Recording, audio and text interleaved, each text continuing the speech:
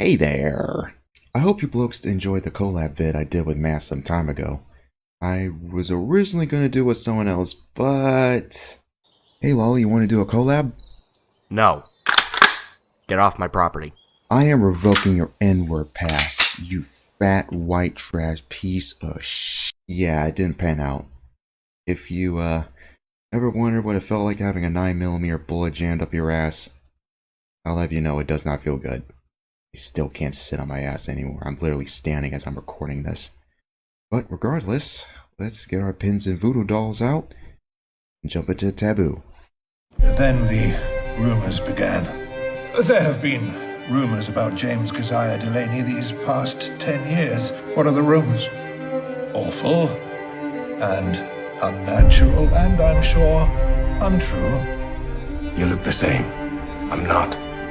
See, when you live alone with a madman, you become half mad yourself. And here's the thing, James. This nuclear sound is a curse. It will bring the king of empire down upon your head. The Lord Almighty, is that your brother? TheLoneWonderer.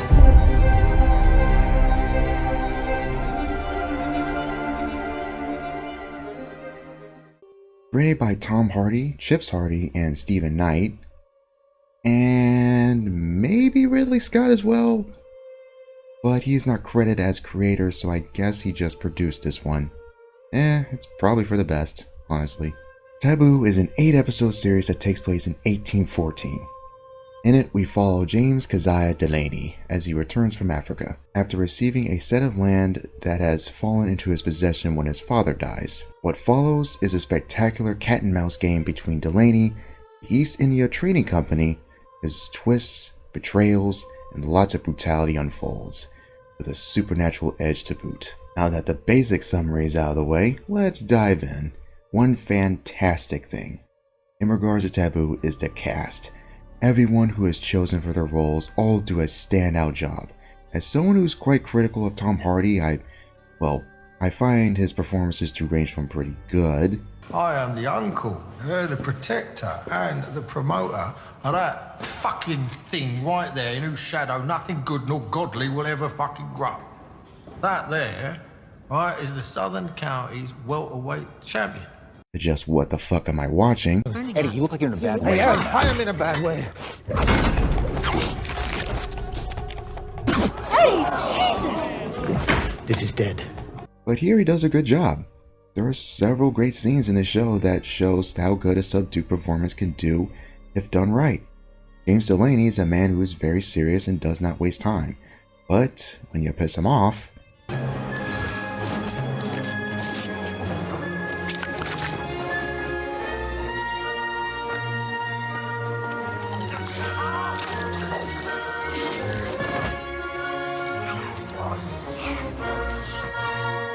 He just ate that guy's neck. Holy f***. You're gonna regret it.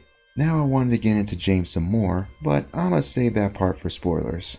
Since I am not the type of person who go into full analytical in my reviews, simply because I want people who are new to the IP I'm talking about to be as blind as possible. So here I'm going to split this vid into 2 sections. One is a spoiler-free review, and the other is where I go into detail regarding James Delaney and the Delaney family as a whole. Just letting y'all know. Another thing to mention about the cast is that, funny enough, there are a few actors from the Pirates of the Caribbean movies in this. If you're a fan or someone who grew up with those movies, it's actually kind of hilarious seeing Governor Swan, of all people, run the East India Trading Company and royally losing his shit as the show goes on. What fucking rumors? Open the fucking envelope! The fucking Americans! We had a fucking agreement! Fuck off. That is not all. Beckett, Tom Hollander, is in this as well, as a low-end chemistry worker. You know, semen not ejaculated at the point of passion turns to poison and narrows the mind. Eventually you become an ape. He's not wrong. And Stephen Graham, who played Scrum as Atticus. So the best bit of a man to eat is this. It's tender. Did you bring me salt beef? He is such a bastard, holy shit. But yeah, jokes aside, everyone does a great job here, including Ona Chaplin, who plays Zilpha, James's sister.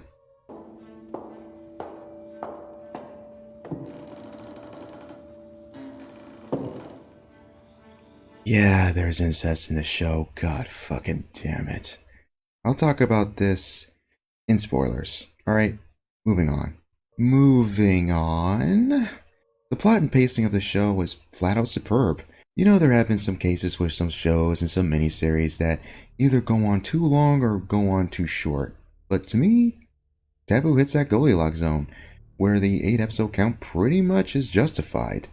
It's awesome seeing Delaney go from someone who is on top and several steps ahead of the company, only to have a setback later on that screw him over and then him climb over it, and vice versa. All of which culminates in an amazing finale that I will not spoil. It is freaking awesome. Now, one major thing that I have to mention is that the show is technically dead in the water. Supposedly there was going to be a season 2, but Tom Hardy had some things going on, then it was delayed. Then it got delayed again. And again. And again. And again. It's been 8 years. Depending on where you look, Taboo can either be on hiatus or is flat out cancelled, but it's not as bad as you may think in regards to the plot. Now, I will get into details regarding hanging threads in the spoilers section, but the main plot itself is technically wrapped in the end. And I will try my best to explain that you can just watch the show as a mini-series rather than a show with multiple seasons and such in mind. Either way, I highly recommend this series Taboo. If you love good battle of wit, cat and mouse, life or death thriller dramas, with a little bit of brutal action throughout, you'll love this, especially if you're a massive fan of the series Peaky Blinders. This is a must watch if you love shows like that. Just don't go in thinking it's a semi-prequel for Alfie. It's not that, at all. James is not really much like Alfie other than the fact he's played by Tom Hardy. That's about it. Okay, so that closes out the spoiler-free section. Let's talk about that bad juju. To give you and I will prove it. Sing for me like you once did as the river caught your tongue. Meaning suicide. That will teach you not to steal, won't it? Today, I have work to do. What the fuck is going on? Yeah, so let's just jump in. I personally don't think James is human. Alright, let's back this up. Let's back this up a bit. So James was on a ship several years before the show starts. The ship sunk and he washed up on shore somewhere in Africa. Now, what we're told in the show is that James survived and was shown to a new form of life, if that makes any sense. In other words, he is a witch doctor or some black magic shit like that. I have no idea. Now, what I think is nothing really new. Other people have speculated what James' nature truly is, and one theory I really like and subscribe to is that James is not really James. He's either an entity or someone possessed by one, or at the very least is in contact with several others. There are several scenes in the show where James will mention and talk about things only a few people would know about. A piece of land called Nooka Sound. Nooka was my mother's tribe. No, James. Your mother came from Naples. He bought some land, and he bought a wife, and he bought them both for gunpowder. He told me never to speak to you of buying her. Yet he told me everything. When he lit his fires on the foreshore. Not only that, but his conducting, rituals is also a factor. And there are several points in the show it is possible these things might either be visions, elaborate dream sequences, or just something else completely. Now this is where I mentioned the show's hiatus. So the main plot is pretty much wrapped. James and his crew of the Damned have their gunpowder, ship, and are setting off to the land James is in possession of. So really the threads hanging are the ones regarding James's past and the supernatural ties, such as what exactly tribe his mother belonged to, who or what he was talking to in the first episode in the morgue scene, etc, etc. So the best way you can do it is to really just, well, use as your own interpretation in a way. We're not going to get any answers soon, if at all, so my best advice is to just speculate. There is some room for it, even though it was clearly meant to be followed up on. There's actually a plot point regarding a symbol James discovers and how it's ended up on his back, even though it's already at the house and it's clearly older before he even got the symbol before he went to Africa. So it's quite clear that season 2 was going to follow up on this, but it's not. But regardless of that plot point, you can kind of watch the show that you can interpret things in a way. It is vague enough, minus a few things. When you watch the show, you can either say, yeah, James is batshit insane, or this nigga's the devil. What?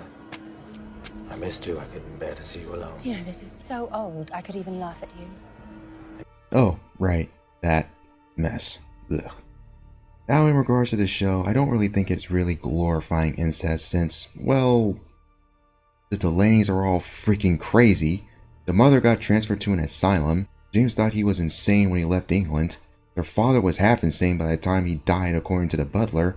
Zilpha might be the only one who is sane from an outside perspective, but as the show goes on, it's obviously clear that she has a few screws loose. He's fucking her brother after all.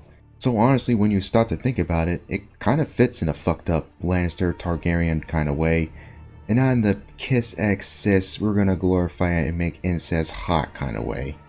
So I'll play devil's advocate here and say that James and Zilpha's relationship, if you can call it that, is not really in a positive light, especially knowing what happens to Zilpha at the end. So on that nasty note, I'ma end it here. Either way, I highly recommend Taboo. Regardless if we are getting a season 2 or not, it's still a really good standalone story with just one season. As usual, if you want to recommend me something, join the Discord, leave a comment, you know the drill. So with that, I'll catch you guys later. Stay chill, Wanderers.